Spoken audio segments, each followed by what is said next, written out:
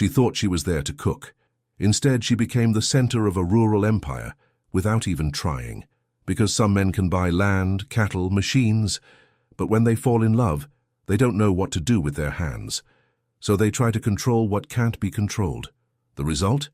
A romance so intense even the wind feels like it's gossiping. The morning sun cast long shadows across the winding dirt road as Chloe Harrington clutched her worn duffel bag against her chest, watching the sprawling landscape unfold before her. Endless fields stretched toward the horizon, interrupted only by white fences that seemed to go on forever. She had never seen so much land belonging to one person. The truck driver, who had given her a lift from town, nodded toward a massive oak tree in the distance. That's where the main house starts. Callahan property. You sure you got a job there, miss? Chloe swallowed hard, fingers tightening around the folded letter in her coat pocket. The job offer had come through a friend of her mother's, a simple position as a cook on one of the largest ranches in the state. It was more money than she had ever made, enough to help her family back home and maybe, just maybe, save something for herself. Yes, I'm sure, she said, though her voice wavered slightly. The driver gave her a skeptical look, but said nothing more as he pulled up to the main gate. A security guard emerged from a small booth, checking his clipboard before waving them through. Chloe's heart hammered as they drove down a tree-lined avenue that seemed to stretch for miles. When the main house finally came into view, she nearly gasped. It was nothing like she had imagined. The sprawling ranch-style mansion sat like a crown atop a gentle hill, surrounded by manicured gardens that contrasted sharply with the wild beauty of the surrounding countryside. Horses grazed in nearby paddocks, their coats gleaming in the morning light. "Good luck," the driver said as she climbed out, and there was something in his tone that made her stomach flutter with nervousness.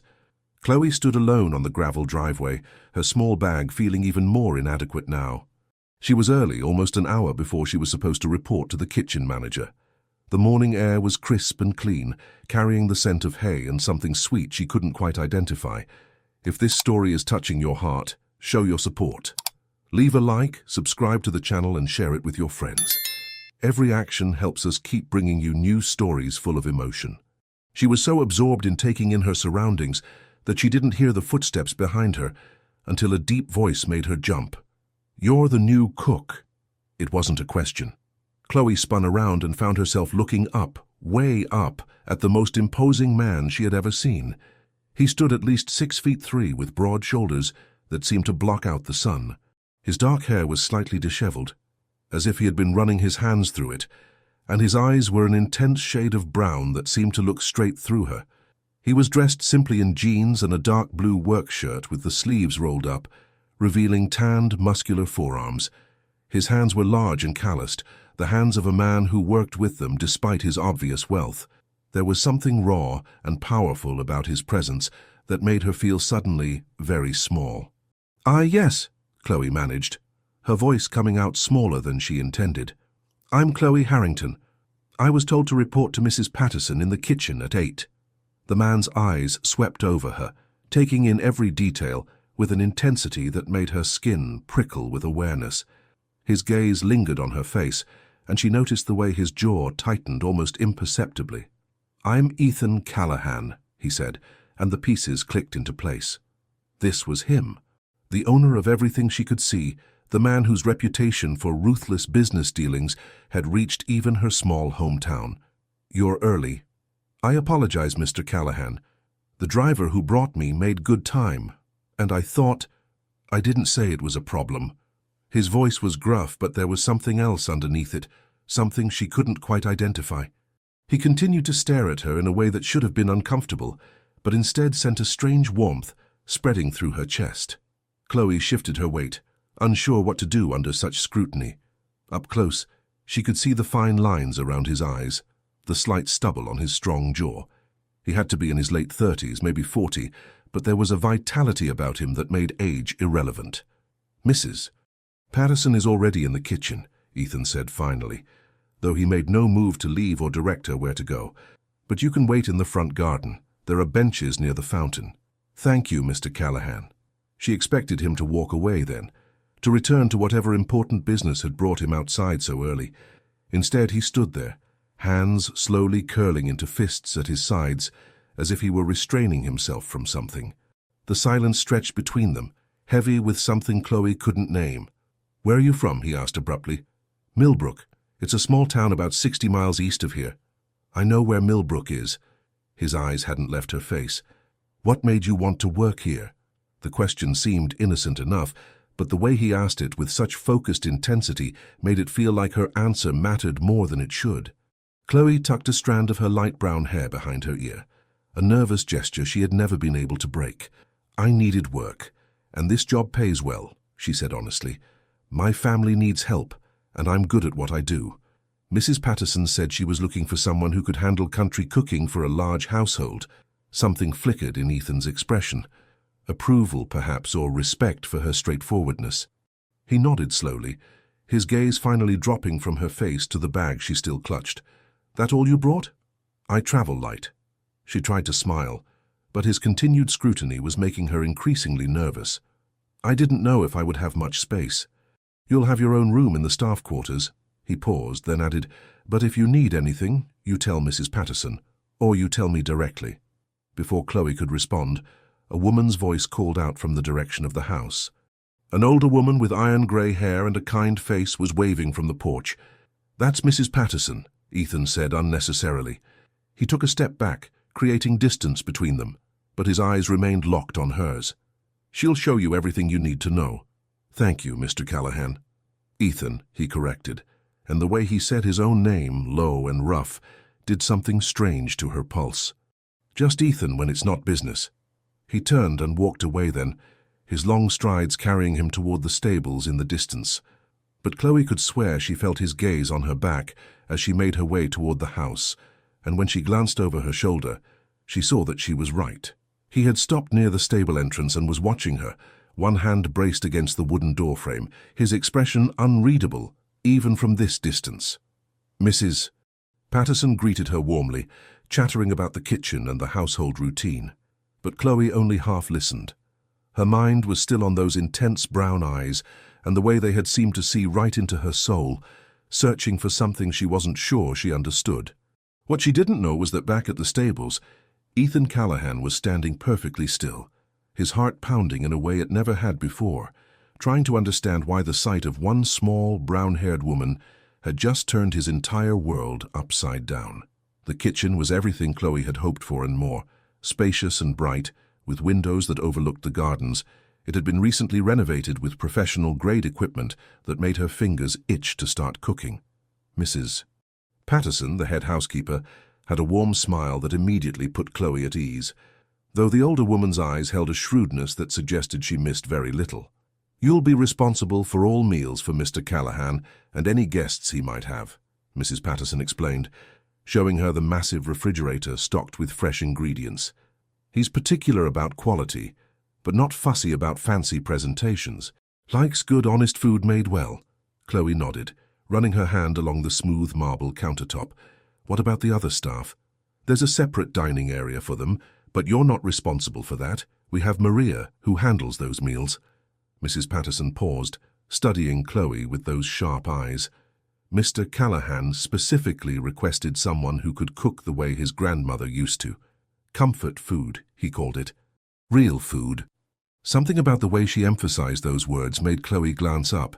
Mrs. Patterson was watching her with an expression that seemed almost knowing, though what she could possibly know after only an hour of Chloe being there was a mystery.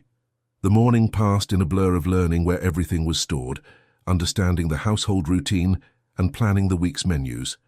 Chloe discovered that Ethan typically took breakfast at 6. Lunch was flexible depending on his schedule, and dinner was always at 7 sharp unless he was away on business. "He's here most days," Mrs. Patterson said, pulling out a stack of recipe cards. "Ever since his grandmother passed 3 years ago, he doesn't travel much, handles most business from the estate office." She hesitated, then added softly, "He's been different since she died. Quieter. More focused on work and less on everything else." Chloe absorbed this information, filing it away as she examined the recipe cards. They were handwritten in elegant cursive, clearly old family recipes passed down through generations. Pot roast, apple pie, chicken and dumplings, the kind of food that spoke of home and love and Sunday dinners. His grandmother wrote these, Mrs. Patterson confirmed. He guards them like treasure. The fact that he's letting you use them. She trailed off meaningfully. Before Chloe could ask what she meant, the kitchen door swung open. Her heart jumped into her throat when Ethan stepped inside, filling the doorway with his presence. He was dressed differently now, in dark slacks and a white button-down shirt that emphasized his broad shoulders, clearly ready for business meetings. But his hair was still slightly disheveled, and his tie hung loose around his neck as if he had forgotten to finish knotting it. "Mrs. Patterson, I need you to reschedule my 2 o'clock with Henderson," he said, his eyes flickering to Chloe before returning to the housekeeper. "Push it to tomorrow." "Of course, Mr. Callahan." Mrs. Patterson excused herself with a knowing smile that made Chloe's cheeks warm. Suddenly alone with him in the vast kitchen, Chloe felt the air grow thick. Ethan made no move to leave. Instead, he walked slowly toward the counter where she stood, his gaze fixed on her with that same unsettling intensity from the morning. "Settling in?" he asked, his voice low. "Yes, thank you. Mrs. Patterson has been very helpful." He nodded, but he was barely listening to his own question. His eyes traced the curve of her cheek, the way afternoon light from the window caught in her hair. Chloe shifted uncomfortably under such scrutiny, her hands twisting the dish towel she had been holding. "What are you making for dinner?" The question was casual, but the way he asked it, as if her answer was the most important thing in the world, was anything but. "I was thinking of trying your grandmother's pot roast recipe," Chloe said softly, "if that's acceptable." Something fierce and painful flashed across Ethan's face. His jaw clenched, and for a moment she thought she had said something wrong. Then he took a step closer, close enough that she could smell his cologne, cedar and something spicy that made her pulse quicken. "She would have liked you," he said, and his voice was rough with emotion. "She would have said you have kind eyes." Chloe didn't know what to say to that. The compliment, delivered in such a raw tone, made her throat tighten. She watched as Ethan reached out, his large hand hovering near her arm as if he wanted to touch her, but was restraining himself. The air between them crackled with something electric. "I should let you work," he said finally, but he didn't move. Instead, his eyes drifted down to her lips, then back up to meet her gaze. The hunger in that look made her breath catch. "Mr. Callahan—" "Ethan," he corrected again, and this time there was almost a plea in his voice. "Please." "Ethan," she whispered, and watched the way his pupils dilated at the sound of his name from her lips. He took a shuddering breath and finally stepped back, running a hand through his hair in a gesture that spoke of frustration and restraint. "I'll be in my office if you need anything at all." He left before she could respond, the door swinging shut behind him with a soft click. Chloe released a breath she hadn't realized she was holding, her hand pressed against her racing heart. What was that? The rest of the afternoon passed in a haze. Chloe threw herself into preparing dinner, but her mind kept drifting back to those intense brown eyes, to the way Ethan had looked at her, as if she were something precious and rare. She had been looked at by men before, had received her share of attention, but nothing had ever felt like this, so consuming, so overwhelming. When she glanced out the kitchen window, she caught sight of him crossing the yard toward the stables. Even from a distance, she could see the tension in his shoulders, the way his hands were clenched at his sides, and when he paused mid-stride and turned to look directly at the kitchen, directly at her, she felt it like a physical touch. Their eyes met across the distance. Neither looked away. Mrs. Patterson's voice startled her. "He's been watching the kitchen windows all afternoon," the older woman said quietly, coming to stand beside her. "In 30 years of working for this family, I've never seen him like this." "Like what?" Chloe asked, though her voice came out barely above a whisper. "Like a man who's just discovered something he didn't know he needed." Mrs. Patterson patted her shoulder gently. "Be careful with his heart, dear. It's never been given away before, and I suspect once it is, there'll be no getting it back." Chloe turned to look at her, confused and a little frightened by the implications. "Mrs. Patterson, I've only been here a few hours. Time doesn't matter much when it comes to matters of the heart." The older woman smiled sadly. "His grandmother used to say that Callahan men love once and love fierce. When they find the one, they know it instantly." She paused at the doorway, looking back. "She also said it would take an extraordinary woman to handle that kind of intensity." Long after Mrs. Patterson left, Chloe stood at the window, watching as Ethan disappeared into the stables. Her hands trembled slightly as she returned to her work, trying to focus on measuring ingredients and checking temperatures. But she could still feel the ghost of his gaze on her skin, could still see the barely restrained hunger in his eyes. What had she gotten herself into? That evening, when she served dinner in the formal dining room, Ethan sat alone at the head of a table meant for 12. He had changed into casual clothes again, and his hair was still damp from a shower. When she placed the pot roast in front of him, their fingers brushed accidentally. The contact sent electricity shooting up her arm. Ethan's hand closed around her wrist, gentle but firm, holding her there for just a heartbeat too long. When she finally met his eyes, what she saw there made her knees weak. "Thank you, Chloe," he said, and the way he said her name, soft and reverent, felt like a caress. She fled back to the kitchen, her heart pounding, knowing with absolute certainty that her life had just changed in ways she couldn't begin to understand. And when she peeked back into the dining room minutes later, she found him sitting perfectly still, his food untouched, staring at the doorway where she had disappeared with an expression of such longing that it made her chest ache. Mrs. Patterson had been right. Time didn't matter. Something powerful and irrevocable had begun the moment she stepped onto Callahan property, and Chloe had the terrifying feeling that there would be no going back from whatever was about to unfold. 3 days into her new position, Chloe was beginning to understand the pattern. Ethan found reasons to be in the kitchen at least 5 times a day, often during hours when he should have been in meetings or overseeing ranch operations. He would lean against the doorframe, arms crossed over his chest, watching her work with an intensity that made her fingers fumble with whatever she was holding. This morning was no different. She was kneading dough for fresh bread when she felt his presence before she heard him. The air in the kitchen seemed to shift, growing warmer and heavier. When she looked up, he was standing just inside the doorway, still wearing his riding clothes, boots dusty, hair wind-blown, a sheen of sweat on his tanned skin that suggested he had been working hard. "Don't you have ranch business to attend to?" she asked, trying to keep her voice light despite the way her pulse had started racing. Ethan's lips quirked in something that wasn't quite a smile. "This is ranch business. Watching me make bread? Making sure my cook has everything she needs." His eyes tracked the movement of her hands as she worked the dough, and there was something almost hypnotic about his focused attention. "Do you?" "Do I what?" "Have everything you need?" Chloe swallowed hard, pressing her palms into the soft dough. The question felt loaded with meaning she couldn't quite decipher.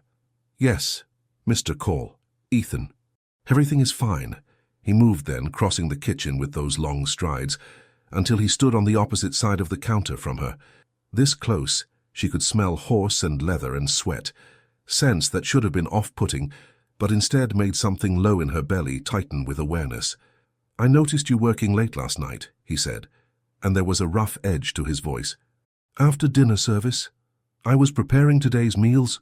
She focused intently on the dough, not trusting herself to meet his eyes. "It's easier to do some prep work the night before." "How late?" "I'm sorry? How late were you here?" Each word was measured, controlled, but underneath she sensed something barely restrained. "Maybe 10 o'clock. Why does it matter?" Ethan's jaw clenched. "Because I don't want you walking back to the staff quarters alone that late. The path isn't well lit. I've been managing fine. From now on, you call me when you're ready to leave." His hand came down on the counter between them, not quite slamming but firm enough to make her jump. "I'll walk you back." Chloe finally looked up at him, and what she saw in his eyes made her breath catch. There was concern there, yes, but also something fierce and possessive that sent a shiver down her spine. "That's not necessary. I'm perfectly capable." "I know you're capable." His voice dropped lower, almost a growl. "But it would make me feel better. Please." The "please," added almost as an afterthought, softened the command. Chloe found herself nodding before she could think better of it, and the relief that washed over Ethan's face was so profound it made her chest ache.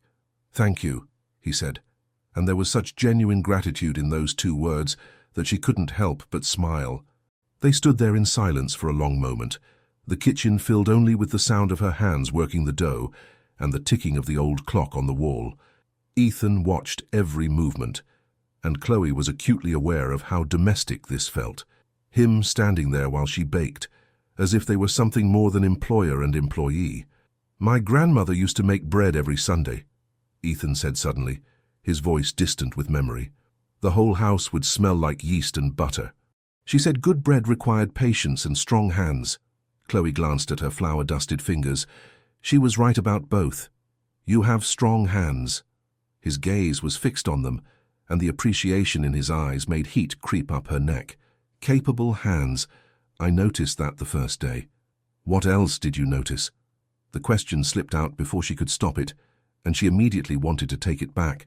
But Ethan leaned forward, bracing his hands on the counter, bringing his face closer to hers. The hunger in his expression was unmistakable now, no longer hidden behind polite interest or employer concern. "Everything," he said roughly. "The way you tuck your hair behind your ear when you're concentrating. How your nose crinkles when you taste something and adjust the seasoning. The little hum you make when you're satisfied with how a dish turns out." Chloe's hands stilled in the dough. "You shouldn't be noticing those things." "I know." His voice was raw with honesty. "I know I shouldn't, but I can't seem to help myself." Before she could respond, the kitchen door burst open, and one of the ranch hands, a young man named Tommy, strode in with a friendly smile. "Hey, Chloe, Mrs. Patterson said you might have some of that coffee cake left from breakfast." He stopped short when he saw Ethan, whose entire demeanor had changed in an instant. The warmth had vanished from his expression, replaced by something cold and dangerous. Ethan straightened to his full height, and Chloe watched in fascination as Tommy actually took a step backward. "Tommy," Ethan said, and his voice was like ice. "Don't you have fence repairs to finish in the south pasture?" "Yes, sir, but I thought—" "Then I suggest you get back to them. Now." The dismissal was absolute. Tommy mumbled an apology and fled, leaving Chloe staring at Ethan in shock. The transformation had been so swift, so complete. This was the ruthless businessman she had heard about, the man who had built an empire through sheer force of will and iron determination. But when Ethan turned back to her, some of the hardness had already begun to melt from his features. He ran a hand through his hair, looking almost embarrassed. "I'm sorry. I shouldn't have been so harsh with him." "Why were you?"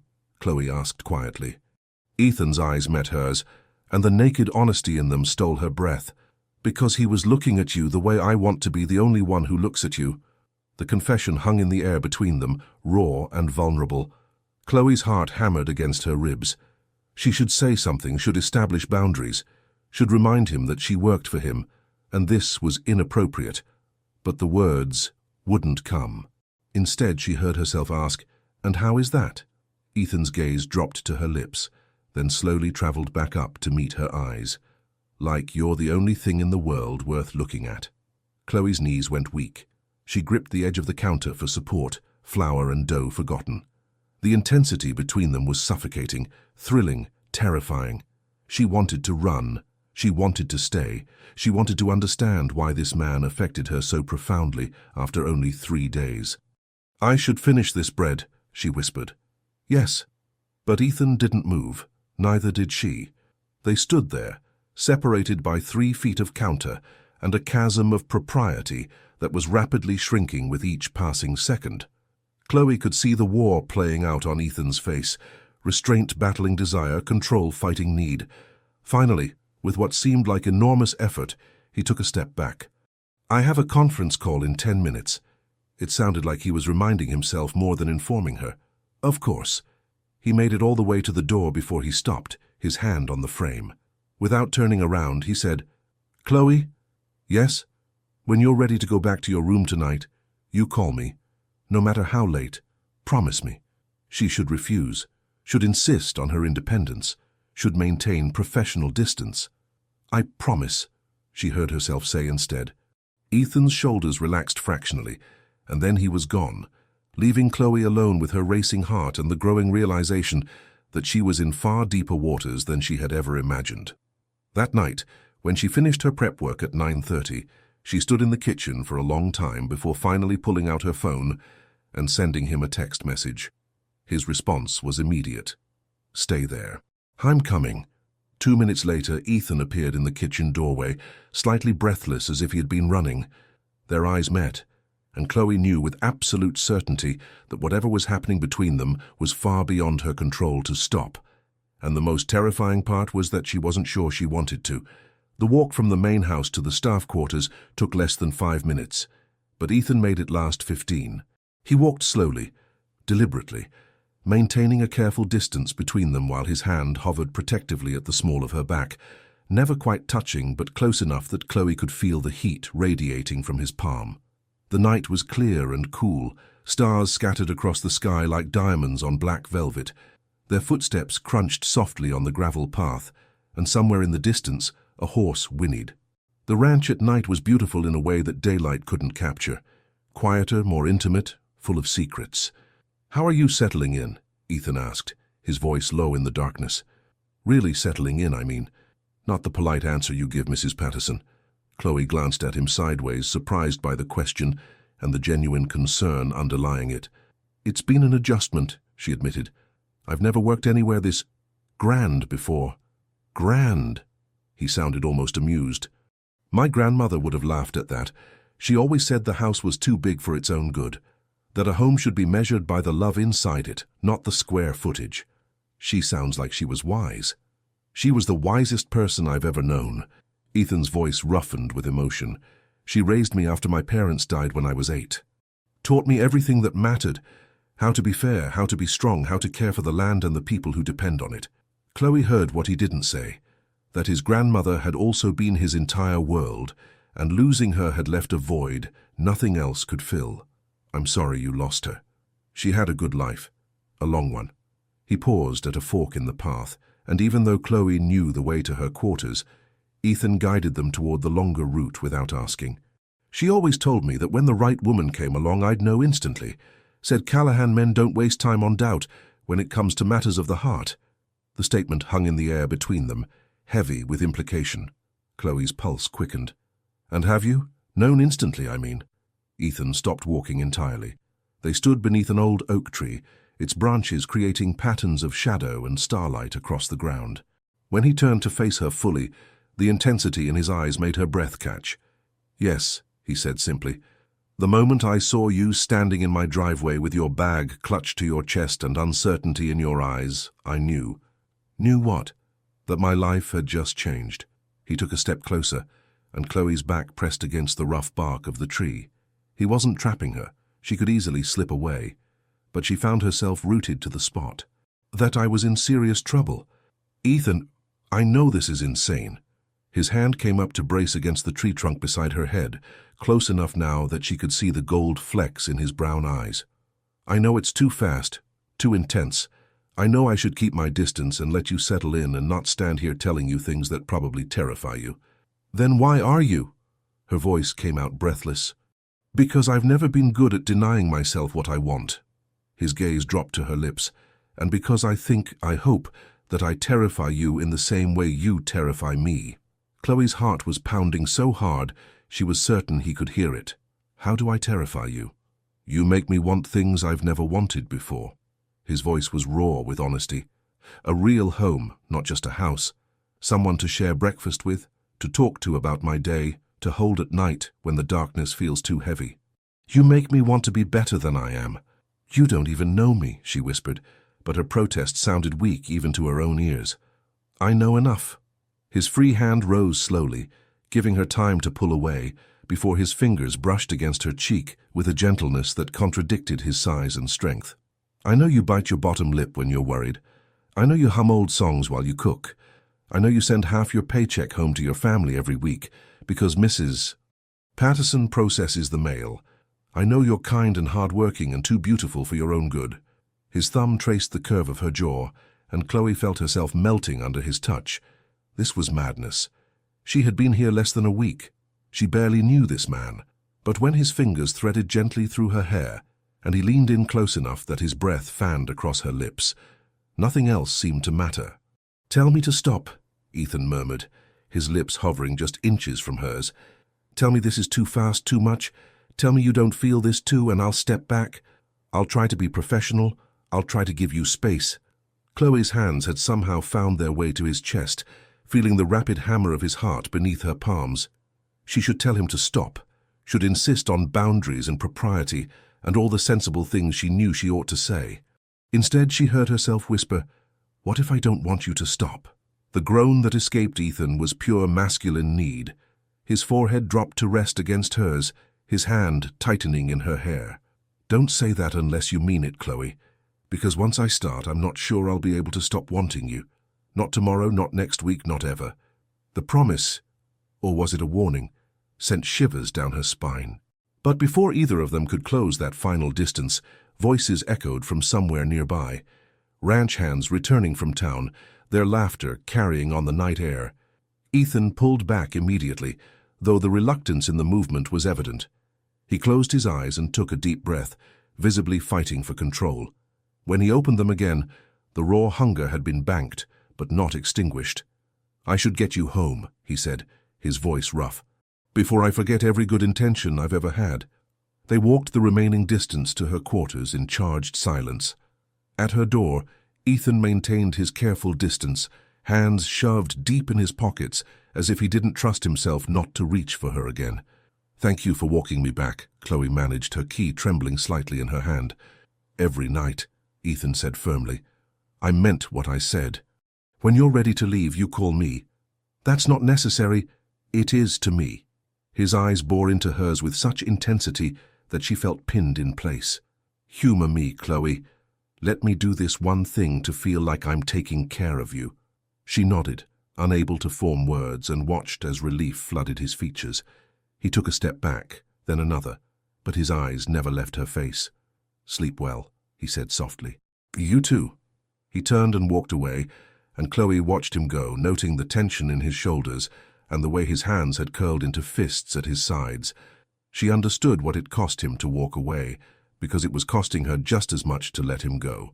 Inside her small room, Chloe leaned against the closed door and pressed a hand to her racing heart. This was dangerous. This whole situation was spiraling beyond her control. She was just the cook.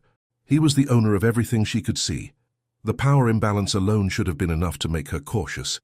But when she closed her eyes, all she could see were his, dark and intense and full of a longing that matched her own.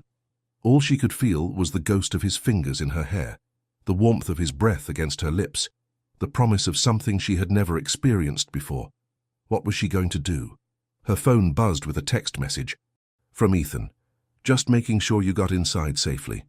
She smiled despite herself and typed back, "I'm fine, thank you for walking me." His response came immediately. "Anytime. Sleep tight, Chloe." She stared at her phone for a long moment before typing, "Good night, Ethan." As she prepared for bed, she couldn't shake the feeling that she was standing at the edge of something vast and unknowable, one step away from falling. And the most terrifying part was that she wanted to take that step, wanted to see where this intensity would lead, wanted to discover what it would feel like to be loved by a man like Ethan Callahan. She was in so much trouble, and deep down, in a place she wasn't quite ready to acknowledge, she wouldn't have had it any other way. By the end of her second week, Chloe had established a rhythm to her days, though rhythm was perhaps too gentle a word for the constant awareness of Ethan that thrummed through her veins. He was everywhere, appearing in the kitchen doorway at odd hours, finding reasons to linger over coffee in the morning, materializing whenever she needed to reach something on a high shelf. That last part had become almost comical. Chloe was perfectly capable of using a step stool, but Ethan seemed to have developed a sixth sense for when she was about to climb one. He would appear from nowhere, gently move her aside with a hand at her waist, and retrieve whatever she needed with ease. "I can get it myself," she had protested the third time it happened. "I know you can," he had replied, handing her the large mixing bowl she'd been reaching for. "But why should you when I'm here?" The problem was that he was always here, and Chloe was finding it increasingly difficult to remember why that should be a problem. This particular morning found her attempting to make his grandmother's apple pie, working from the delicate recipe card with its faded handwriting. She was concentrating so hard on getting the crust just right that she didn't hear Ethan enter the kitchen until his voice, warm with amusement, made her jump. "Do you have flour on your nose?" Chloe looked up to find him leaning against the counter, dressed in worn jeans and a flannel shirt rolled up at the sleeves. He must have been working outside. There was hay caught in his dark hair and dirt smudged on his jaw. He looked rugged and devastatingly handsome, and her heart did that annoying flutter it always did when she saw him. "I'm making your grandmother's pie," she said, fighting the urge to wipe at her nose, or attempting to. Her instructions are a bit cryptic in places. Ethan's expression softened. He moved closer, studying the recipe card over her shoulder. This close, she could smell earth and sweat, and something uniquely him that made her fingers clench in the pie dough. "She always said good crust required a light touch and cold hands," he murmured, his breath warm against her ear. "Let me see yours." Before Chloe could process what he meant, Ethan gently took both her hands in his, examining them with such focused attention that her breath caught. His hands were so much larger than hers, rough with calluses but surprisingly gentle. "They're warm," he said, and there was something in his voice that made the observation feel intimate. "You've been working too hard." "That's my job," she managed, acutely aware that he was still holding her hands, his thumbs now tracing slow circles on her palms.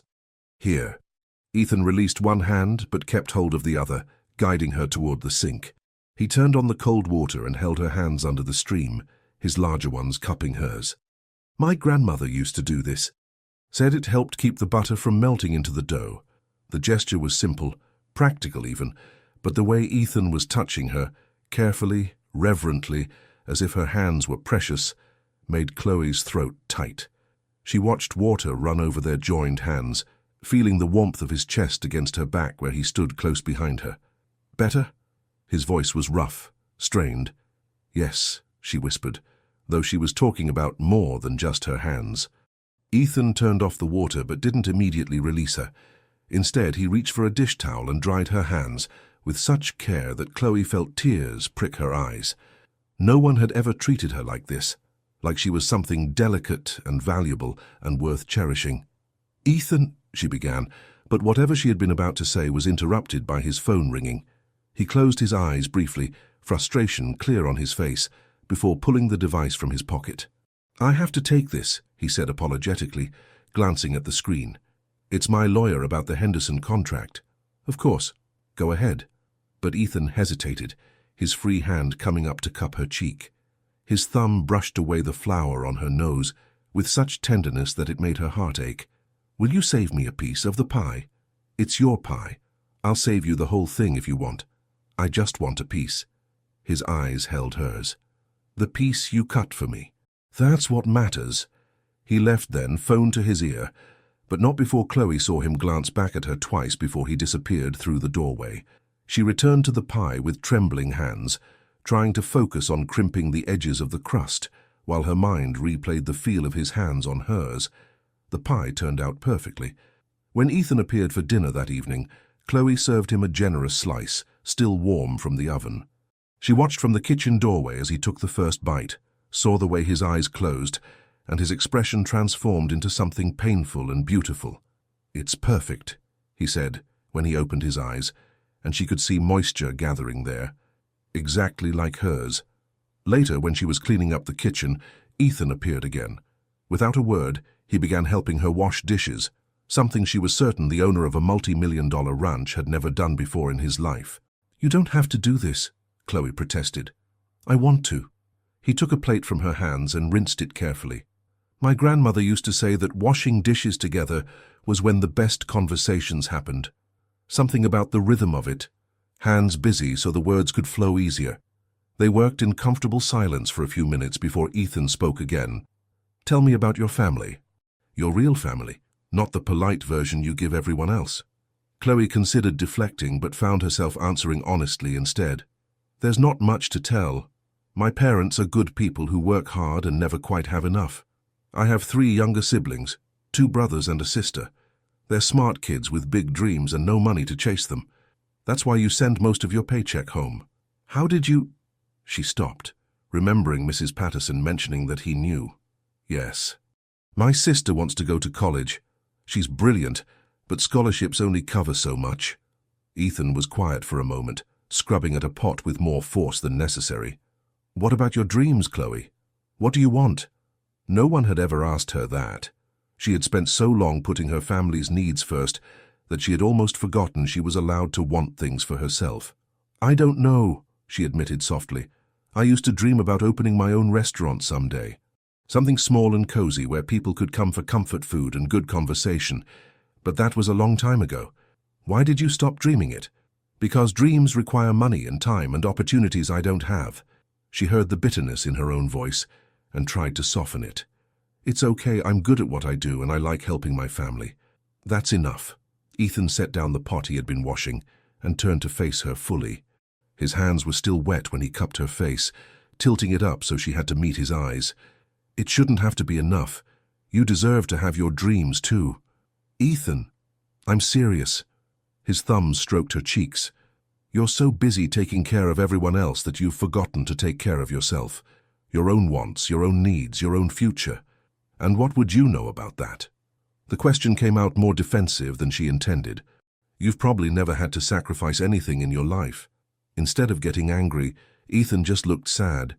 You'd be surprised what I've sacrificed. He released her face but didn't step back. I inherited this ranch when I was 22. Had to give up college, give up friends, give up any chance at a normal life, because hundreds of people depended on me to keep this place running. I've spent 16 years building an empire and forgot to build a life. The raw honesty in his confession made Chloe's chest ache. She reached up tentatively and touched his jaw, feeling the stubble rough beneath her fingertips. You have a life. Look at everything you've built. I have a business. His hand covered hers, pressing it more firmly against his cheek. Until you walked into my kitchen, I didn't have a reason to come home at night. Didn't have someone whose smile made the whole day worthwhile. Didn't have someone I wanted to share my victories and defeats with. You barely know me, she whispered, but the protest was growing weaker each time she made it. Then let me know you better. Ethan's voice was urgent now, almost pleading. Have dinner with me. Not in the formal dining room with you serving, and me sitting alone like some lord of the manor. Real dinner. Just us talking, getting to know each other properly. That's not appropriate. I work for you. Then quit. Chloe blinked at him in shock. What? Quit being my cook and be my guest instead. He was completely serious, she realized with growing alarm. I'll hire someone else for the kitchen. You can stay in the house as my... No. She pulled her hand away from his face. No. I need this job, Ethan. My family needs this income. I can't just quit because we... She couldn't finish the sentence. The frustration on Ethan's face was palpable. His hands curled into fists at his sides, and she could practically see him wrestling with himself. Finally, he took a deep breath and stepped back, creating distance between them. You're right, I'm sorry, that was unfair of me. He ran a hand through his hair. Being around you and not being able to touch you, not being able to tell everyone that you're mine, it's driving me insane. I'm not yours, Chloe said, but her voice lacked conviction. Ethan's eyes met hers, dark and intense. Aren't you? The question hung in the air between them, unanswered because they both knew the truth. She was his, in every way that mattered, even if neither of them had said the words yet. And he was hers, this powerful man who looked at her like she hung the moon and stars. It was terrifying, it was exhilarating, and it was happening whether she was ready for it or not. The next morning brought an unexpected delivery. Chloe was preparing breakfast when Mrs. Patterson appeared in the kitchen doorway, with a knowing smile and a large cardboard box. This came for you, the older woman said, setting it on the counter. From a culinary supply company in the city. Chloe frowned, wiping her hands on her apron. I didn't order anything. The invoice says it's paid in full. Perhaps you should open it. Inside the box, carefully wrapped in tissue paper, was a complete set of professional chef's knives. The kind Chloe had only ever dreamed of owning. Each blade was perfectly balanced, the handles ergonomically designed, the steel gleaming. A small card was tucked among them, written in Ethan's bold handwriting. You deserve tools as exceptional as your talent. Chloe's hands trembled as she lifted one of the knives, feeling its perfect weight. These had to have cost a fortune. She couldn't possibly accept them. I need to talk to him, she said, already untying her apron. Mrs. Patterson's smile widened. He's in the east stable. But Chloe, whatever you're planning to say, maybe think about why he did it first. Chloe found Ethan exactly where Mrs. Patterson had said, examining a horse's hoof while talking to the stable manager. He looked up when she approached, and the pleasure that lit his face made her resolve waver. Chloe, this is a nice surprise. I can't accept these. She held up the knife she was still carrying, realizing too late how absurd she must look marching across his property, armed with cutlery. "They're too expensive." Ethan straightened slowly, his expression shifting from pleasure to something more guarded. He dismissed the stable manager with a nod, waiting until they were alone before responding. "They're tools for your work, tools you need. I have perfectly good knives. You have adequate knives." He moved closer, his boots crunching on the hay-strewn floor. "I've watched you work with them. They're dull and poorly balanced. You deserve better. That's not your decision to make, isn't it?" A hint of challenge entered his voice. "You work for me. If I want to provide my staff with proper equipment, don't." Chloe cut him off, anger flaring. "Don't pretend this is about me being your employee. We both know it's more than that." Ethan's jaw clenched. "You're right. It's not about you being my employee. It's about me wanting to give you things, to make your life easier, to see you smile when you unwrap something I chose specifically for you. I can't accept expensive gifts from you. It's not right." "Why not?" He took another step closer, close enough now that she had to tilt her head back to maintain eye contact. "Because of what people might think. Because it blurs the lines between employer and employee. Or because accepting them means acknowledging that something is happening between us." Chloe's grip tightened on the knife handle. "All of those reasons. Then send them back." Ethan's voice was rough with frustration. "Give them to charity. Throw them in the trash for all I care. But know that I'll just buy you something else and something else after that. Because taking care of you, making sure you have what you need, it's become as necessary to me as breathing. That's not healthy, Ethan." "I know." He ran a hand through his hair, looking suddenly vulnerable. "I know it's not. I know I'm probably scaring you with how intense this is, but I don't know how to dial it back. I've never felt like this before, and I don't have a roadmap for how to handle it." The honesty in his confession deflated Chloe's anger. She lowered the knife, suddenly aware of how ridiculous this whole confrontation was. "You can't just buy me things every time you feel something. Then tell me what I can do." Ethan's hands came up as if to touch her, then dropped back to his sides. "Tell me how to show you that you matter to me without overstepping, because right now I'm fumbling in the dark here." Chloe sighed, feeling her resistance crumble. "The knives are beautiful. And yes, they're better than what I have. But Ethan, I need you to understand I'm not with you because of what you can give me materially." "You're not with me at all," he pointed out, but there was hope in his eyes. "At least not officially." "No," she agreed softly. "I'm not." They stood there in the quiet stable, sunlight streaming through the gaps in the wooden walls, dust motes dancing in the golden beams. A horse snorted in a nearby stall, and somewhere outside ranch hands called to each other. It was a perfectly ordinary moment, except for the extraordinary tension crackling between them. "Keep the knives," Ethan said finally. "Please. Not because I bought them, but because they'll make your work easier and safer. Let me do this one thing." Chloe nodded, knowing it was a small concession, but feeling like she was surrendering something larger. "Okay, but no more expensive gifts." "Define expensive." The corner of his mouth quirked up. "Ethan, I'm serious. Is a cup of the coffee you like expensive? What about those strawberries you mentioned preferring for your morning pastries? Where's the line, Chloe?" She couldn't help but smile at his deliberate obtuseness. "You know what I mean." "Do I?" He was grinning now, and the transformation was remarkable. It softened his harsh features, made him look younger, almost boyish. "Because I'm already planning to order that specialty vanilla extract I heard you mention to Mrs. Patterson." "Ethan Callahan, you were eavesdropping. I was strategically gathering information." His eyes sparkled with mischief. "There's a difference."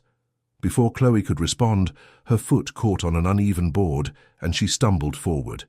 Ethan's arms came around her instantly, catching her against his chest with such quick reflexes that she barely had time to gasp.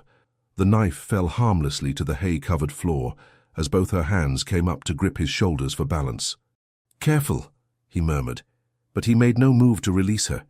If anything, his arms tightened around her waist, holding her securely against him. Chloe was acutely aware of everywhere their bodies touched. Her hands on his shoulders, his arms around her waist, her chest pressed against his. She could feel the solid warmth of him, could smell leather and hay and that uniquely masculine scent that was pure Ethan. "You can let go now," she whispered, but she didn't pull away. "I don't want to." His voice was rough, strained. "Holding you is the best thing that's happened to me all week."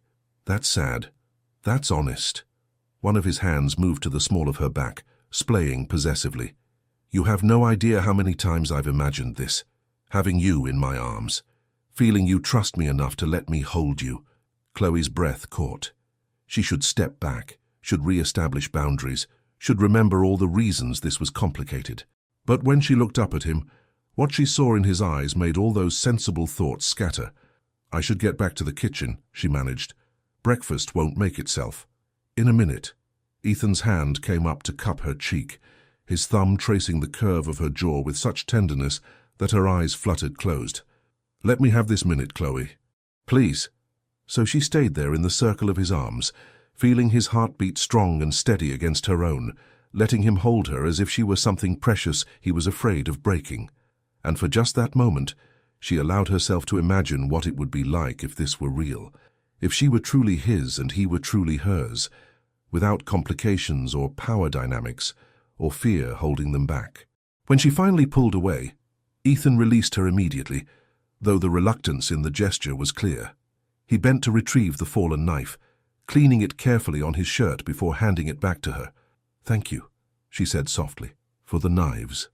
Really, you're welcome." His eyes held hers. "And Chloe, that vanilla extract is already ordered. Should arrive tomorrow." She laughed despite herself, shaking her head as she turned to leave. "You're impossible. Only when it comes to you."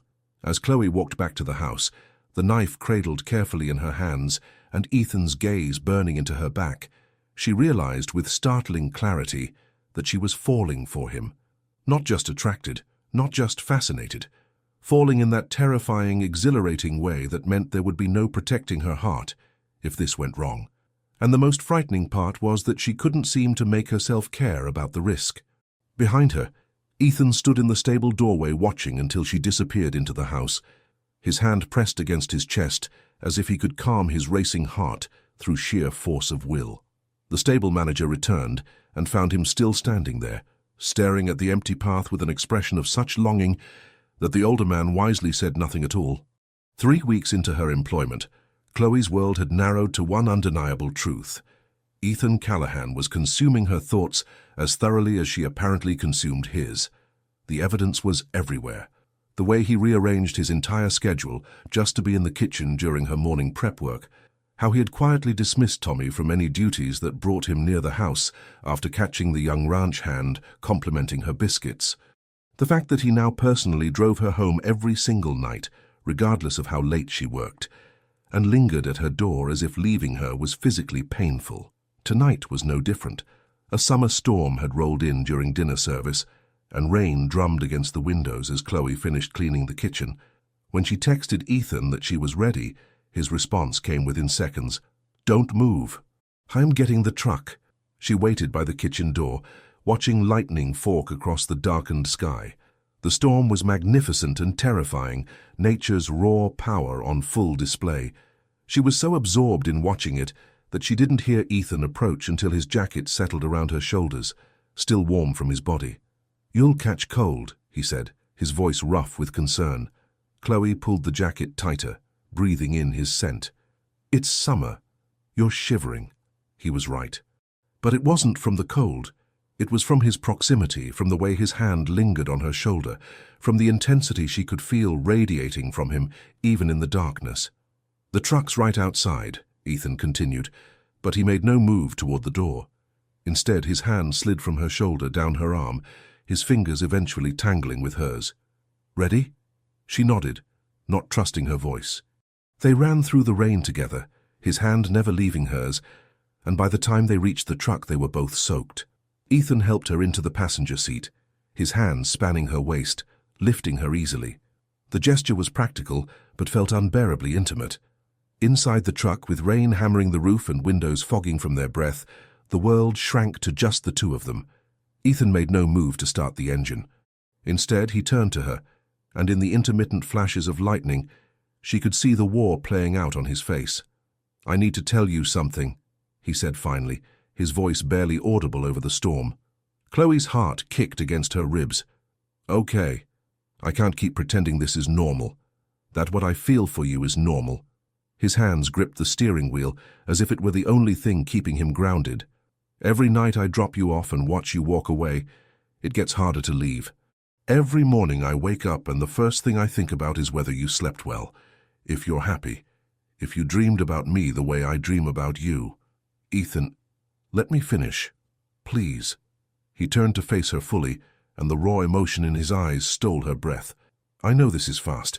I know I'm probably overwhelming you, but I need you to understand, this isn't just attraction. This isn't just wanting you in my bed, though God knows I do. This is something deeper. Something that scares the hell out of me because I've never felt it before. Chloe's throat tightened. What are you saying? I'm saying that I'm falling for you. His voice cracked on the words. Maybe I've already fallen. And I know that puts you in an impossible position because you work for me, because there's a power imbalance, because this complicates everything. But I can't keep it inside anymore. The confession hung between them, as powerful as the storm raging outside.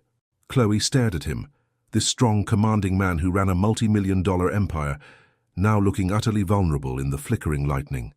I don't know what to say, she whispered honestly. Then don't say anything. Ethan's hand reached out tentatively, cupping her cheek. Just tell me I'm not alone in this. Tell me you feel even a fraction of what I feel, and I'll find a way to make this work. We'll find a way together.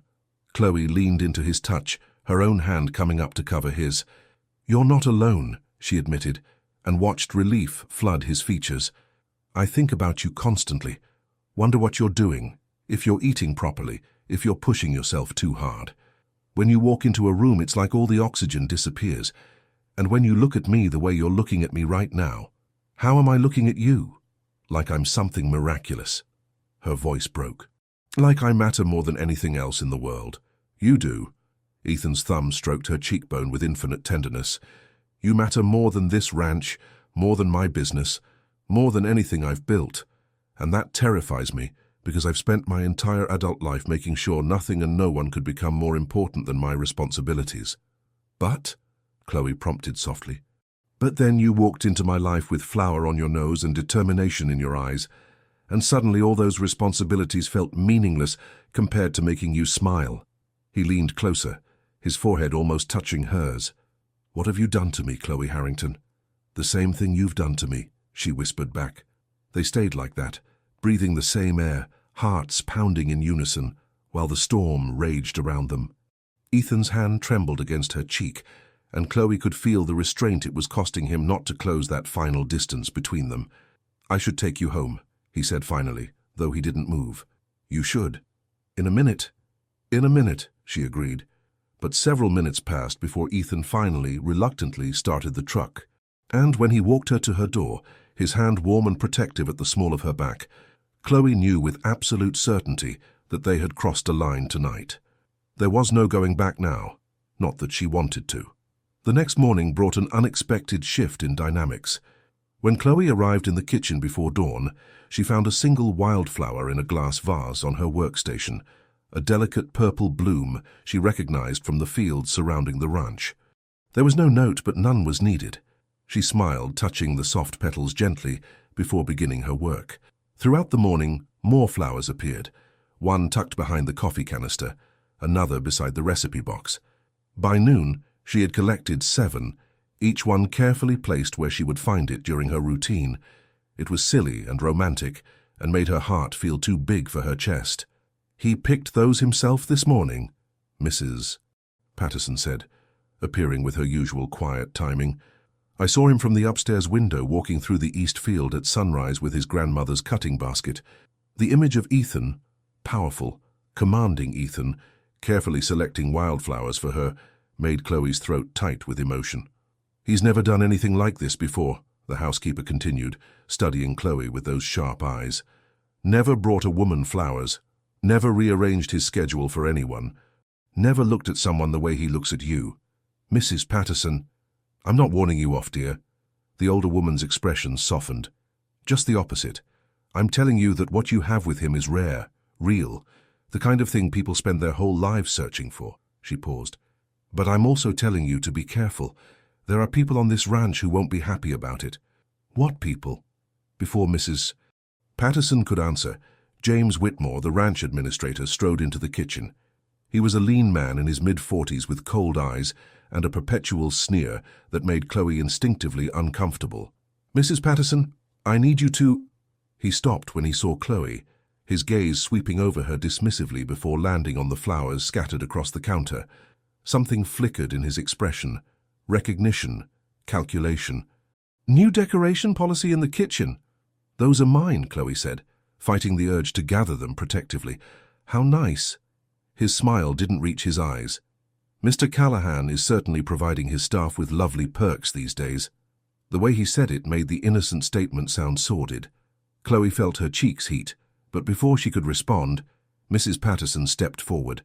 "Was there something you needed, Mr. Whitmore?" "Just the quarterly staffing reports." He pulled his gaze from Chloe with obvious effort. "By tomorrow, please." After he left, Chloe released a breath she hadn't realized she was holding. "He gives me chills." "He's been with the ranch for 10 years, Mrs. Patterson said carefully. "Always resented that Ethan's grandmother never trusted him with more responsibility. And now, seeing Ethan's attention focused on you instead of business." She trailed off meaningfully. "You think he'd cause problems?" "I think James Whitmore is the kind of man who sees opportunity in other people's happiness." The older woman's expression was grave. "Just be aware of him, dear. And be careful what you leave lying around where he might see it." The warning stayed with Chloe throughout the day, casting a shadow over her earlier joy.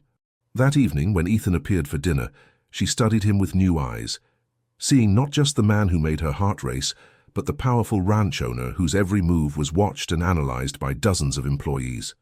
"You're quiet tonight," Ethan observed when she served his meal. His hand brushed hers deliberately, and the contact sent warmth through her despite her troubled thoughts. "Something wrong?" "Just tired," she lied, not wanting to burden him with her worries. But Ethan knew her too well already. His eyes narrowed and she watched him make a visible decision not to push. "I have some paperwork to finish, but I'll be done by 9. Wait for me?" It wasn't really a question. They both knew she would wait, just as they both knew he would drop everything if she truly needed him. This unspoken understanding between them was growing stronger every day, binding them together in ways that both thrilled and terrified her. "I'll wait," she agreed softly. Later, as she cleaned the kitchen and watched darkness fall outside the windows, Chloe found herself thinking about Mrs. Patterson's warning, about James Whitmore's calculating eyes, about the complications of falling for a man whose world was so different from her own. But when Ethan appeared at 9 exactly, still in his work clothes with exhaustion etched on his face, and his expression transformed into pure joy at the sight of her, when he crossed the kitchen and pulled her into his arms without a word, just holding her as if she were his anchor in a storm, all those worries faded into insignificance. "Long day," she murmured against his chest. "Better now." His lips pressed against her hair. "How you make everything better." And standing there in his arms, feeling safe and cherished and completely undone, Chloe couldn't bring herself to care about the consequences. Whatever came next, they would face it together. She just hoped that would be enough. The afternoon rain had trapped Chloe in the main house, and with no dinner guests scheduled, she found herself with unexpected free time. She was organizing the pantry when Ethan appeared, soaked from his ride back from the south pasture. "You're wet," she said, stating the obvious as water dripped from his hair onto the kitchen floor. Observant. His eyes sparkled with amusement, despite his drenched state. The storm came up faster than expected. Chloe grabbed a dish towel without thinking, moving to him and reaching up to dry his face. The gesture was intimate, domestic, and she froze halfway through when she realized what she was doing. But Ethan's hand came up to cover hers, holding the towel and her hand against his cheek. "Don't stop," he said softly. So she didn't. She carefully dried his face, then his neck, acutely aware of his gaze never leaving her. When she moved to his hair, he had to bend down to accommodate her height, bringing their faces close enough that she could count his eyelashes. "Chloe," he murmured, and there was such longing in that single word. "Ethan, we shouldn't—" "I know." But his hands found her waist, pulling her closer. "I know we shouldn't, but I'm tired of fighting this. Tired of pretending I don't want to kiss you every time I see you. Her breath caught. You think about kissing me? Constantly. His forehead touched hers. I think about how your lips would feel, how you'd taste, whether you'd sigh or pull away or... A loud crash from somewhere in the house made them spring apart. Mrs. Patterson's voice called out an apology for dropping a vase, and the moment shattered. I should change, Ethan said, his voice rough with frustration. After he left, Chloe stood alone in the kitchen, her heart racing and her lips tingling from proximity alone. This was getting dangerous. They were getting too close, too fast, and she was losing her ability to think clearly around him. Later that evening, as she prepared to leave, she remembered leaving her phone in the office where she had been reviewing supply orders. The main house was quiet, most of the staff having gone home. She made her way through the dimly lit hallway, her footsteps echoing on the hardwood floors. The office door was ajar, light spilling into the hallway. She pushed it open, expecting to find it empty, but instead found James Whitmore sitting at Ethan's desk, shuffling through papers. Mr. Whitmore, Chloe's voice made him jump. What are you doing? Working late, he said smoothly, but his eyes were cold. As some of us must do to keep this ranch running. The implication was clear. While she was distracting Ethan, real work was being neglected. Chloe felt her cheeks heat. I just need to get my phone, she said, spotting it on a side table. Of course. Whitmore stood, gathering his papers. Though I must say it's interesting how often you seem to need things from Mr. Callahan's private spaces. I was reviewing supply orders earlier. I'm sure you were. His smile was unpleasant. Just as I'm sure Mr. Callahan has been very accommodating of your needs. Chloe grabbed her phone and fled, his knowing laughter following her down the hallway. She texted Ethan that she was ready to leave, trying to shake off the encounter. When Ethan arrived to drive her home, he took one look at her face and frowned. What's wrong? Nothing. Just tired. But as they drove through the darkness, Chloe couldn't shake the feeling that something had shifted. Whitmore's presence in Ethan's office, his insinuating comments, the way he had been shuffling through papers, it all felt wrong somehow. Ethan, she said carefully, do you trust James Whitmore? His hands tightened on the steering wheel. Why do you ask? I found him in your office tonight, alone. Ethan's jaw clenched. He has access to my office for administrative purposes, but I'll admit, I've had concerns about him lately. He's been acting strangely, asking questions about things that aren't his business. What kind of things? About you, mostly. Ethan glanced at her. About how much time we spend together, whether you're settling in well. He seems overly interested. A chill ran down Chloe's spine, but she pushed it aside. She was probably being paranoid. If only she had known how right her instincts were. The documents appeared on Chloe's workstation 3 days later, tucked beneath her recipe binder. She almost missed them, but the edge of a manila folder caught her eye as she reached for flour. Her hands trembled as she opened it. Inside were printed emails, financial records, and what appeared to be internal memos, all bearing Ethan's name and signature. Her eyes scanned the pages, and with each line her blood ran colder. Regarding the Richardson matter, ensure he understands silence is not optional. Handle the Mason situation permanently. I don't want him causing problems again. Transfer to the northern property was insufficient. Make sure he can't return. There were more, pages of them, each more damning than the last. References to people who had disappeared, to problems being eliminated, to ensuring certain individuals understood the consequences of crossing Ethan Callahan. Chloe's vision swam. This couldn't be real. Not her Ethan, who picked wildflowers and dried her hands so tenderly and looked at her like she was everything. But the documents looked authentic. His signature was unmistakable.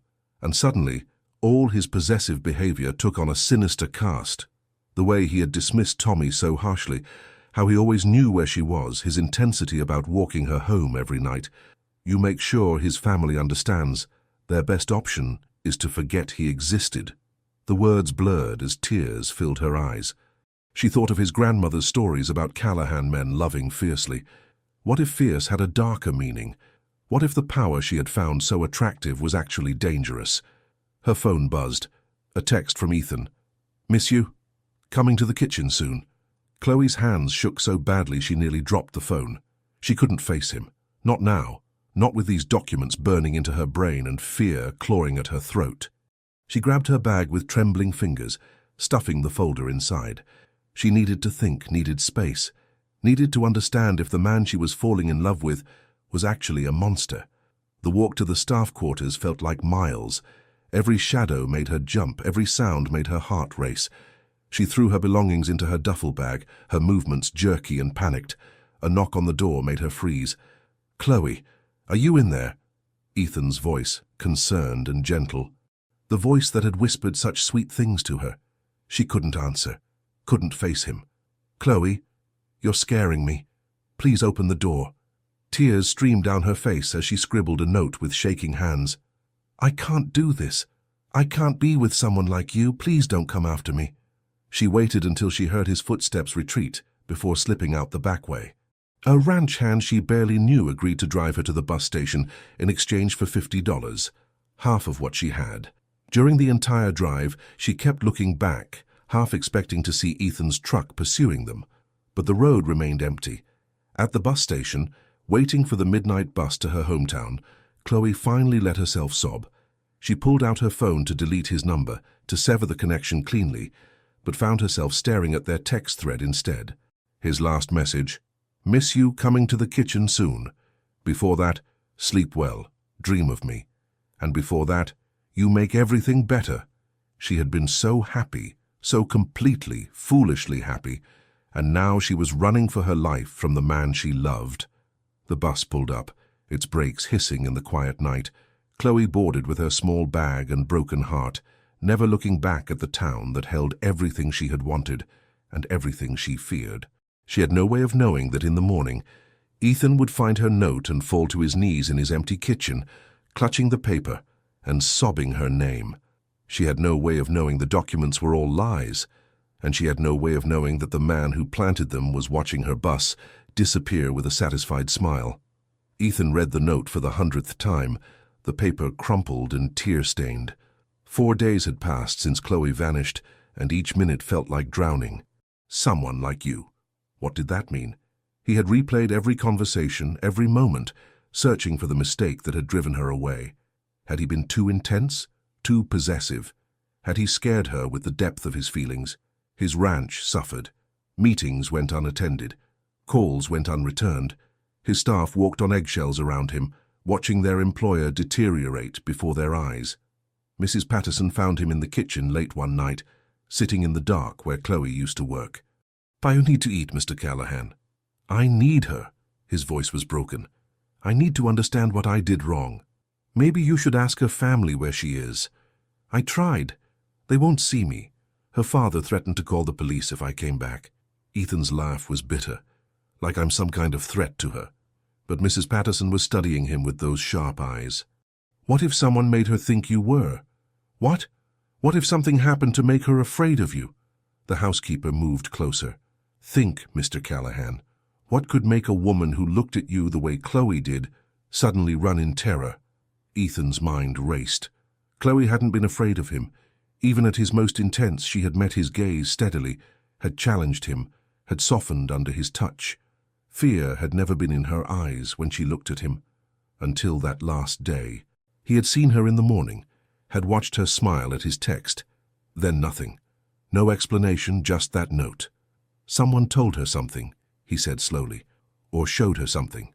The question is who and what." Mrs. Patterson hesitated. "I've worked here 30 years, Mr. Callahan. I know when something isn't right. Tell me." "James Whitmore has been acting strange, asking questions about Miss Harrington, watching her. The day she left, I saw him near the staff quarters." Rage, white-hot and pure, flooded through Ethan. "Why didn't you tell me? I'm telling you now." She met his anger calmly. "What are you going to do about it?" What happened next was swift and brutal. Ethan confronted Whitmore in his office at dawn, blocking the door and demanding answers. The administrator tried to bluff, but Ethan had spent 20 years reading people in business deals. He knew when someone was lying. "What did you tell her?" Ethan's voice was deadly quiet. "I don't know what did you tell her?" The roar echoed through the house. Whitmore's facade cracked. Nothing she didn't need to know about the man she was sleeping with. Ethan grabbed him by the collar, slamming him against the wall. "I never touched her, never disrespected her, so I'll ask you one more time. What lies did you feed her? The truth came out in pieces, documents, fake emails, suggestions that Ethan eliminated people who crossed him, all carefully crafted to look authentic, planted where Chloe would find them. Why? Ethan's voice shook with fury. Because you were weak, Whitmore spat. Distracted, useless. She was ruining you, making you soft. I did this ranch a favor. Ethan released him so abruptly that Whitmore stumbled. You're fired. You have 1 hour to clear out before I have you arrested for fraud and harassment. You can't prove. I record everything in this office. Every conversation, every confession. Ethan's smile was cold. Including this one. Get out of my sight before I forget I'm not the monster you made her think I was. After Whitmore fled, Ethan collapsed into his chair and buried his face in his hands. He had the truth now, had evidence of the manipulation. But would it be enough? Would Chloe believe him? Or had Whitmore's poison done permanent damage? There was only one way to find out. Chloe's mother found her crying in the kitchen for the 4th morning in a row. Baby, you need to talk to someone. I'm fine, Mama. You're not fine. You haven't been fine since you came home. Her mother sat down, taking her hand. Does this have to do with Mr. Callahan? The name alone made Chloe's chest ache. I don't want to talk about him. He came here, you know, 3 days ago. Your father sent him away, but Chloe, that man looked destroyed. Whatever happened between you, he's suffering too. He's dangerous, Mama. I saw documents. Did you? Her mother's voice was gentle but firm. Or did you see papers that someone wanted you to see? Before Chloe could respond, a knock sounded at the door. Her father answered, and she heard a woman's voice. Mrs. Patterson. I need to speak with Chloe. Please. It's important. Chloe emerged from the kitchen, shock rendering her speechless. Mrs. Patterson stood on the porch, looking tired but determined, holding a thick envelope. May I come in? They sat in the small living room, Chloe's parents hovering protectively. Mrs. Patterson opened the envelope, pulling out documents. These are the real emails from those dates, she said, spreading them on the coffee table, the ones James Whitmore forged. Chloe's hands trembled as she read. The names were the same, but the content was completely different. Richardson had been given a generous severance package after retirement. Mason had transferred to another property at his own request for family reasons. The northern property transfer had been a promotion. He manipulated everything, Mrs. Patterson continued. Changed words, fabricated signatures. We found the originals in his personal files after Mr. Callahan confronted him. Confronted him. Chloe's voice was barely a whisper. Whitmore confessed everything. It's all recorded. He planted those documents to drive you away because he thought you were making Mr. Callahan weak. The housekeeper's eyes were kind but serious. He succeeded. Ethan hasn't eaten properly in days, hasn't slept.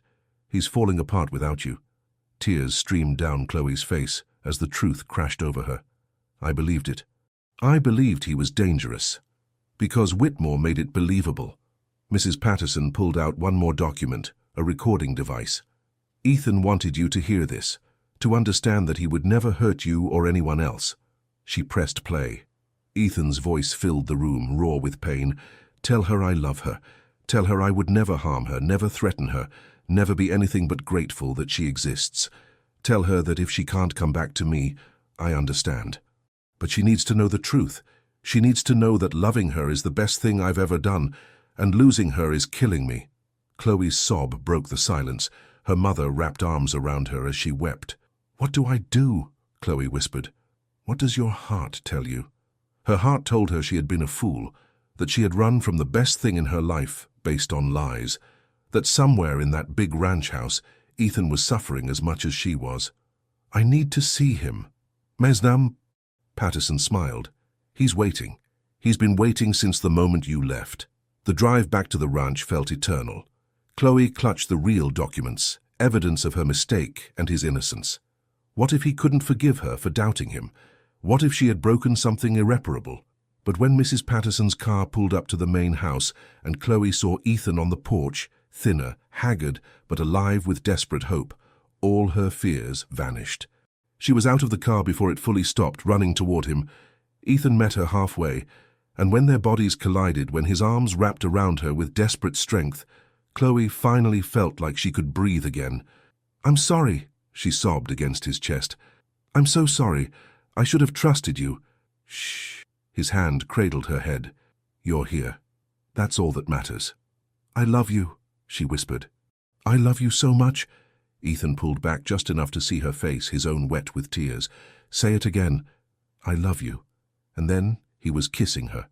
The kiss was everything Chloe had imagined and nothing she could have prepared for.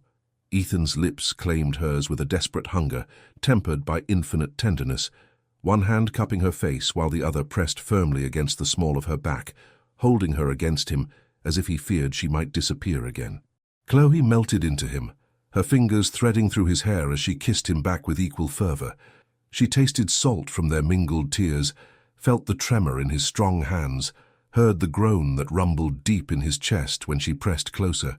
"Chloe," he breathed against her lips, pulling back just enough to look at her. His eyes were dark with emotion, searching her face as if memorizing every detail. "I thought I'd lost you forever." "Never," she whispered. "I'm so sorry I ran. Sorry I didn't trust." He silenced her with another kiss, this one slower, deeper, speaking of forgiveness and promises, and a love too powerful for words. When they finally broke apart, both were breathless. "Come inside," Ethan murmured, his forehead resting against hers. "Please, I need to hold you properly, need to know this is real." She nodded, and he took her hand, lacing their fingers together as he led her into the house. The staff had discreetly vanished, leaving them alone in the vast space that suddenly felt intimate and sacred. In the living room, Ethan pulled her onto the sofa, settling her on his lap and wrapping both arms around her, as if he couldn't bear even an inch of distance. Chloe curled into his chest, listening to the steady thunder of his heartbeat. "Tell me everything," she said softly. "What happened after I left?" So he did. He told her about the sleepless nights, the meals he couldn't eat, the way her absence had carved a hole in his chest. He told her about confronting Whitmore, about discovering the elaborate deception, about the recordings and evidence that proved his innocence. "I would never hurt you," Ethan said, his voice fierce. "Never. The thought of you being afraid of me nearly destroyed me. I know that now."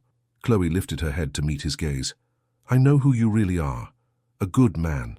A protective man, someone who loves deeply and completely. Only with you."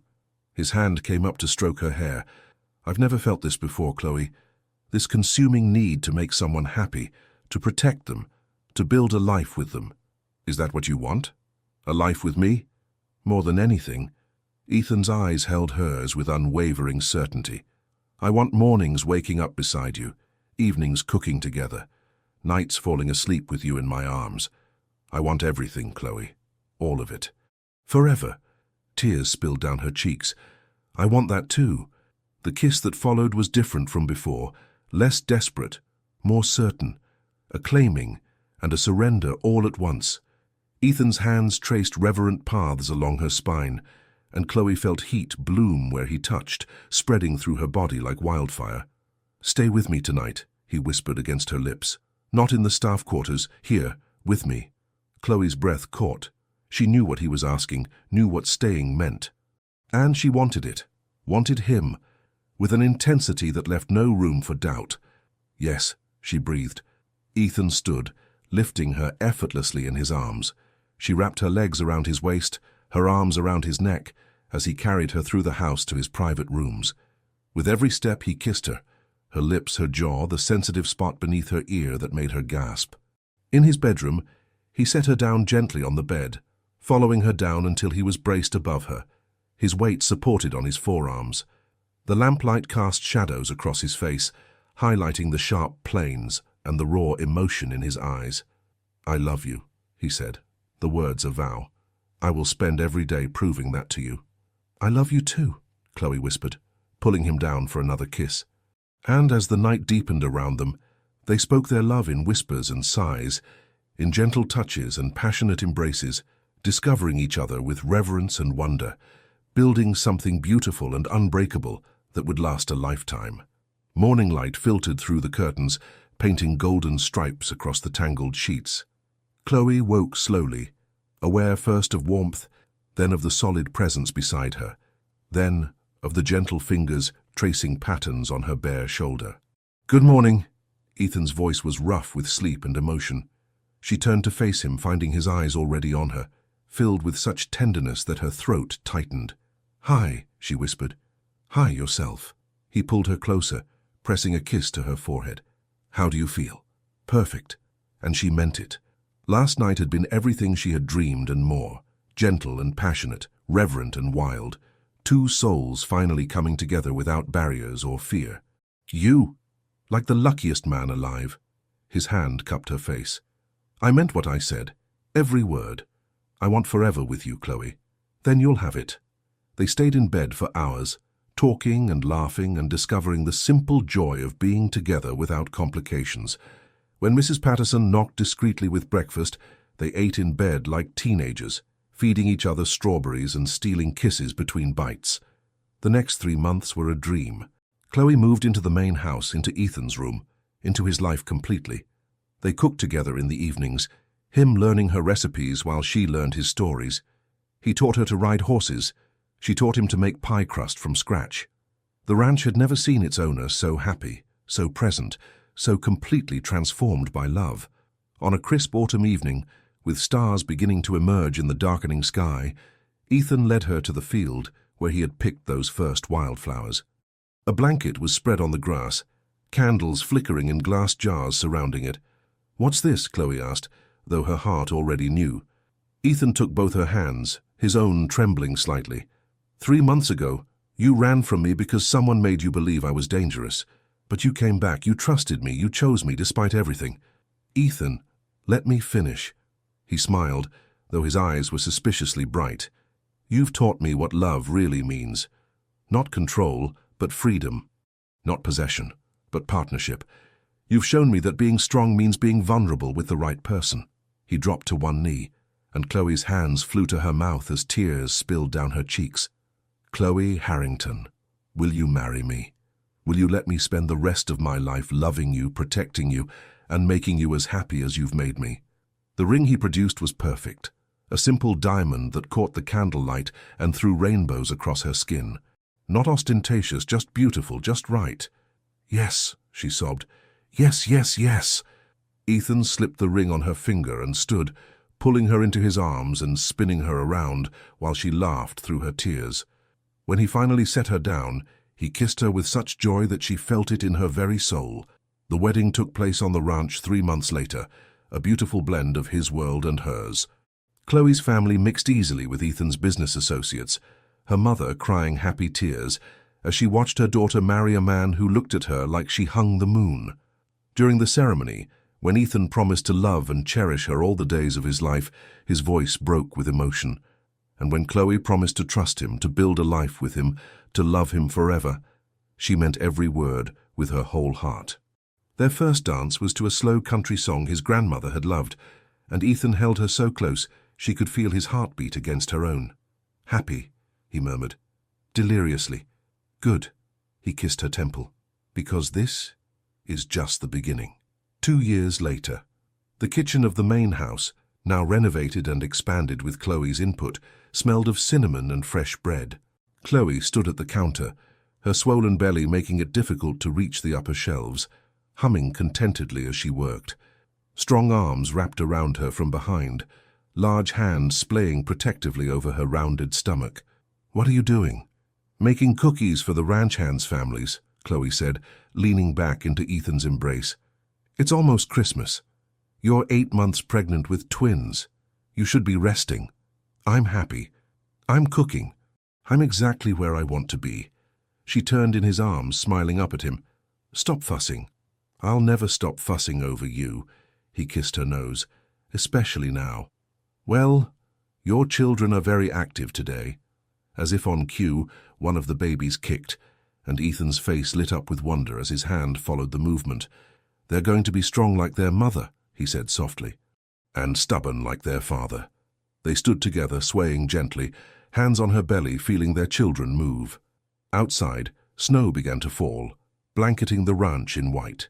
Inside, surrounded by warmth and love and the promise of the family they were building, Chloe and Ethan held each other close. "I love you," he whispered. "I love you too, always." The twins arrived 6 weeks later during a golden afternoon in January, a boy and a girl, both healthy and perfect. When Ethan held them for the first time, tears streaming down his face as he looked from his children to his wife, Chloe knew they had created something beautiful from the ashes of fear and manipulation. They had built a love story worth fighting for, a family worth protecting, a future worth living. And as Ethan carefully placed one baby in each of her arms and kissed her forehead with infinite tenderness, Chloe knew without doubt that she was exactly where she belonged, in the arms of the man who had loved her, fierce enough to let her go and patient enough to wait for her to come back. Their story was just beginning. Leave your comment and share this story with someone special. It truly helps us keep bringing new stories to you. And if you want to follow every chapter of this emotional journey, subscribe to the channel and turn on the notification bell. Your support makes all the difference.